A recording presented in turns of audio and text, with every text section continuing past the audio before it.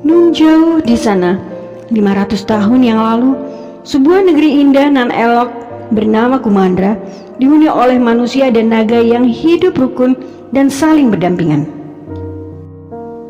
Hingga suatu hari datang makhluk jahat bernama Drun yang mengancam daratan dan mengubah apapun yang dilaluinya menjadi batu.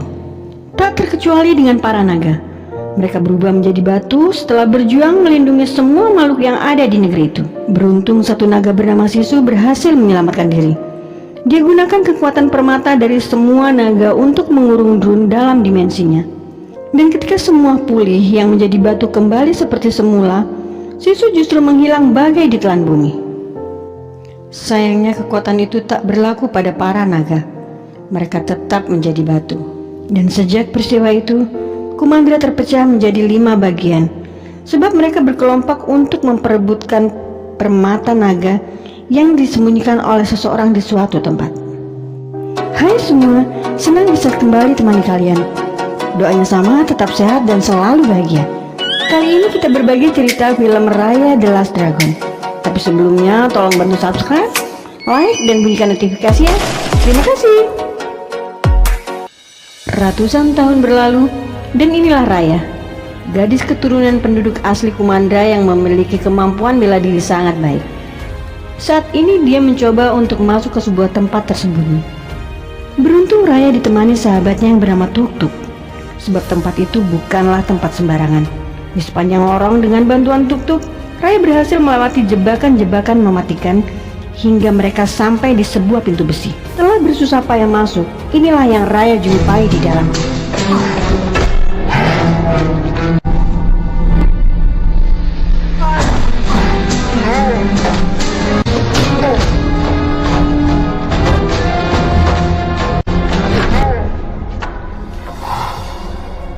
Dialah Benja, penjaga permata naga yang juga ayah dari Raya. Sang ayah memang sengaja melatih Raya dengan keras agar kelak bisa menggantikannya menjaga permata naga dari tangan orang-orang serakah yang tidak bertanggung jawab. Suatu hari sang ayah memberitahu Raya jika dia ingin kembali menyatukan Kumandra seperti dahulu. Perlu diketahui ketika Kumandra terpecah menjadi 5 bagian, masing-masing memiliki kekuasaannya sendiri. Seperti kelompok Herd yang dipimpin oleh ayah Raya, posisinya berada di jantung naga dalam peta Kumandra. Turun-temurun kelompok mereka dipercaya untuk menjaga permata naga. Oleh sebab itu, Benja sangat berharap banyak pada Raya agar bisa melanjutkan tugasnya dengan baik. Kelompok 2 bernama Tail, bagian dari Kumandra yang gersang dan kering. Dan yang ketiga Talon, disebut juga cakar naga sebab berada di bagian Kumandra yang dialiri banyak sekali anak sungai. Dan kelompok yang keempat bernama Spain, berada di kawasan pegunungan yang dingin dan bersalju. Kelompok 5 adalah Feng, kelompok paling modern yang letaknya di kawasan strategis. Mereka gunakan Charlotte sebagai tunggangan, yaitu kucing raksasa dengan taring yang tajam. Hari yang ditunggu pun tiba. Semua perwakilan dari kelima kelompok berkumpul di tanah Herd. Raya dan ayahnya menjamu mereka dengan baik. Bahkan Raya berkenalan dengan seorang gadis seumurannya yang bernama Namari.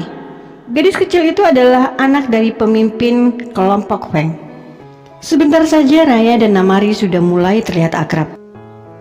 Kebetulan mereka berdua adalah penggemar cerita legenda naga terakhir. Bahkan Namari menceritakan pada Raya jika Sisu sang naga terakhir sebenarnya masih hidup sampai sekarang dan sedang tertidur di ujung sungai. Namari kemudian memberikan kalung bergambar naga Sisu pada Raya.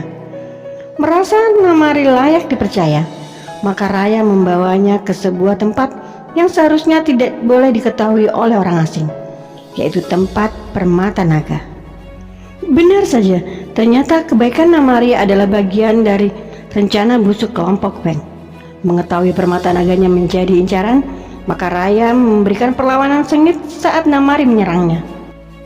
Berhubung kemampuan bela diri Raya jauh di atas Namari, maka dalam posisi terdesak, Namari melepaskan suar ke atas langit, memberikan tanda pada sang ibu.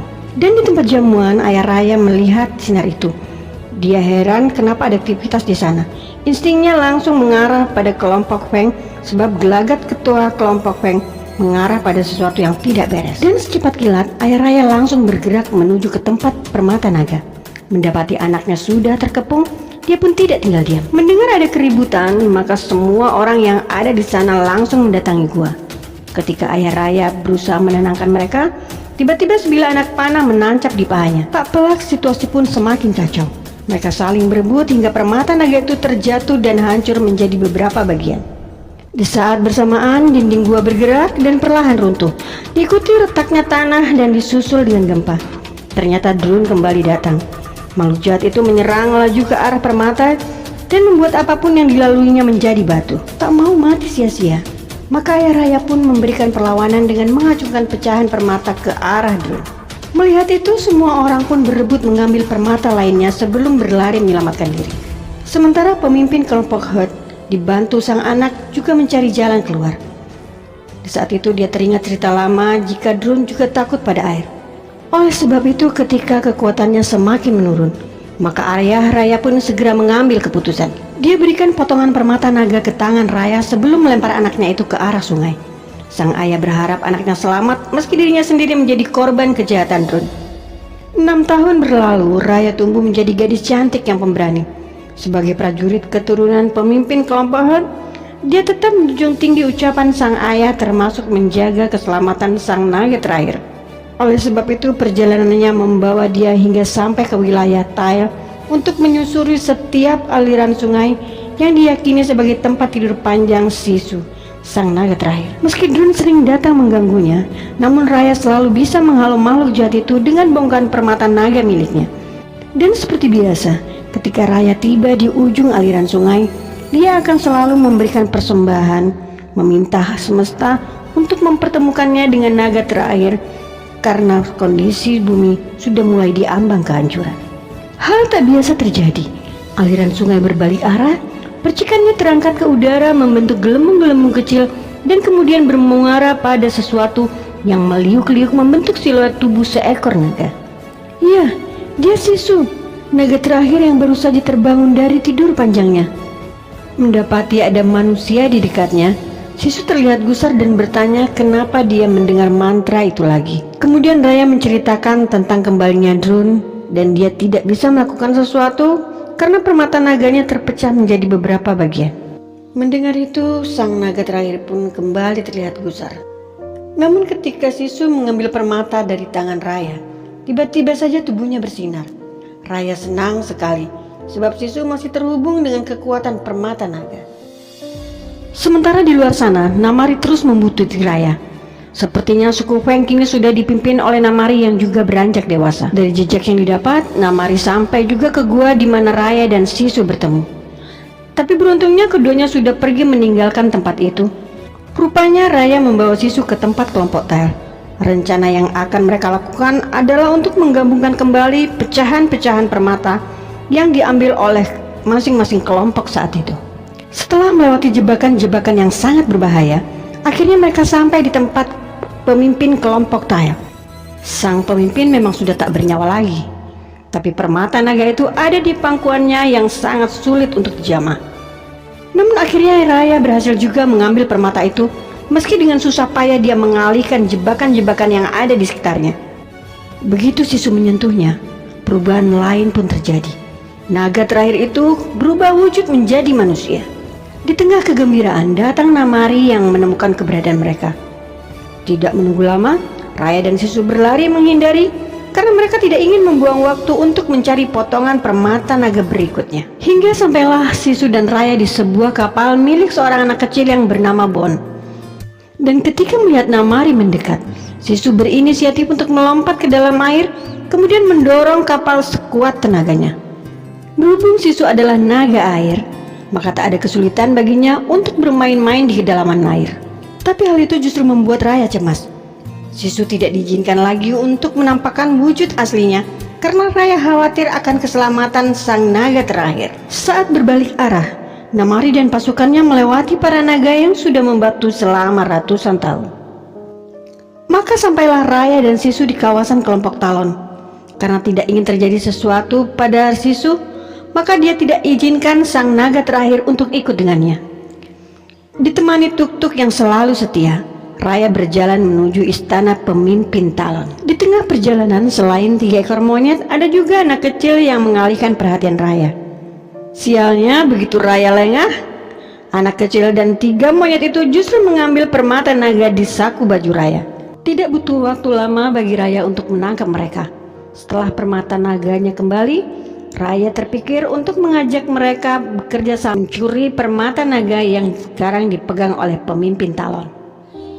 Namun alangkah terkejutnya Raya begitu sampai di tempat pemimpin Talon. Ternyata sang pemimpin sudah menjadi batu tanpa permata naga di tangannya. Sementara di tempat lain, Sisu tak mengindahkan perintah Raya. Dia justru keluar dari perahu dan berjalan ke keramaian hingga bertemu seorang nenek yang kemudian mengajaknya ke suatu tempat. Rupanya si nenek bermaksud mengurung Sisu dengan Drun. Beruntung Raya datang menyelamatkannya dan mengambil permata naga kelompok Talon yang dicuri oleh si nenek. Begitu permata ada di tangan Sisu, kekuatan lain pun datang dan mereka berhasil menyelamatkan diri menuju perahu. Ketika sedang berlayar, keduanya membicarakan banyak hal, tapi ada perbedaan mencolok manakala mereka berpendapat soal kepercayaan. Oleh sebab itu, dengan percaya diri, Sisu langsung turun dan berlari mendekat ke arah pemukiman. Di saat mereka sampai di wilayah kelompok Spine, Sisu ingin Raya membenarkan pendapatnya jika saling percaya itu masih ada. Sialnya, mereka berdua terperangkap dalam jebakan. Seseorang berbadan tinggi besar datang menghampiri. Beruntungnya sebelum terjadi sesuatu yang lebih buruk, tuk-tuk datang menyelamatkan mereka. Dari dalam, Raya mendengar kedatangan seseorang di luar sana. Rupanya Namari. Sebelum menghadapinya, Raya memerintahkan pada Sisu dan semua sahabatnya untuk menjauh. Kemudian Raya mengajak Namari untuk bertarung melawannya. Di tengah pertarungan, Raya terpojok. Melihat itu, Sisu menjadi geram dan dia mendekati mereka dengan wujud aslinya. Bukan saja Namari, bahkan sahabat-sahabat Raya sendiri sangat terkejut mengetahui kebenaran itu. Tapi sebelum Namari sadar dari keterkejutannya, Raya dan para sahabatnya segera membawa Sisu pergi dari sana. Di perahu, Raya bercerita kenapa harus menyembunyikan identitas sang naga terakhir. Mendapat penjelasan itu, mereka sepakat untuk membantu Raya dan Sisu. Bahkan si gendut dari kelompok Spine dengan sukarela memberikan bongkahan permatanya pada Sisu. Mereka pun mulai mengatur rencana. Salah satunya memberikan hadiah kepada Namari. Tapi Raya menolaknya sebab dia yakin kelompok Feng adalah kelompok yang licik, sehingga tidak mungkin memberikan sesuatu dengan percuma. Dan Raya lebih memilih untuk mencurinya. Perbedaan pendapat kembali terjadi hingga Sisu kesal dan membawa Raya ke sebuah tempat. Rupanya Sisu membawa Raya ke sebuah tempat di wilayah kelompoknya sendiri. Di sana ada naga yang sudah membatu selama ratusan tahun. Sisu menceritakan peristiwa menyedihkan yang mereka alami saat itu, di mana para naga membuat batu permata dengan menyatukan kekuatan masing-masing, dan mereka mempercayakannya pada Sisu untuk digunakan. Dari sanalah Sisu meyakinkan Raya jika saling percaya itu adalah awal dari kehidupan yang lebih baik. Sementara di kediaman suku Feng, Namari memberitahu ibunya tentang Raya dan Sisu. Mereka pun mengatur rencana untuk mendapatkan Sisu. Beberapa hari kemudian, Namari akhirnya datang setelah Raya memintanya untuk membawa permata naga yang ada di kelompok mereka. Awalnya semua baik-baik saja, namun kekhawatiran Raya selama ini terbukti. Namari mengajukan busur panahnya ke arah Raya sesaat setelah Sisu mendekat. Melihat itu, amarah Raya memuncak. Dia berusaha melawan, namun terlambat. Anak panah Namari melesat dan justru mengenai tubuh Sisu. Dalam hitungan detik, Sisu terjungkal sebelum tubuhnya masuk ke dalam danau. Diikuti dengan susutnya air danau dan seluruh mata air yang ada di negeri Kumandra. Hal itulah yang memicu para Drun kembali datang, tidak terkecuali di kawasan daerah Feng. Dengan marah, Raya mendatangi istana pemimpin Feng. Ternyata Namari sudah menunggunya di sana dengan kemarahan yang sama setelah mendapati ibunya juga membatu. Pertarungan pun tak dapat dihindari. Sementara di luar sana, orang-orang berjuang menyelamatkan diri dari amukan para Drun. Hingga akhirnya datang sahabat-sahabat Raya membantu mereka. Kembali pada Raya dan Namari. Ketika Namari terdesak dan kalah, dia baru menyadari kebodohannya. Melihat penyesalan Namari, Raya akhirnya luluh. Dan tidak menunggu lama, kemudian keduanya bergabung melawan Paradun. Sialnya mereka terperangkap di lubang bawah tanah yang berisi ratusan run. Melihat situasi sulit, Raya teringat cerita Sisu tentang kepercayaan. Dia sampaikan dengan cepat itu pada para sahabatnya untuk bisa saling percaya. Hal itu Raya lakukan dimulai dengan dirinya sendiri. Raya serahkan permata naga miliknya kepada Namari yang kemudian diikuti oleh lainnya, sebelum semuanya menjadi batu. Rupanya terpikir dalam benak Namari untuk melarikan diri. Tapi niat itu dia urungkan ketika melihat kawan-kawannya yang mengorbankan diri untuk keselamatan negeri ini. Tak ingin menyesal kedua kalinya, Namari langsung turun dan menggabungkan permata naga di tangannya hingga dia pun menjadi batu.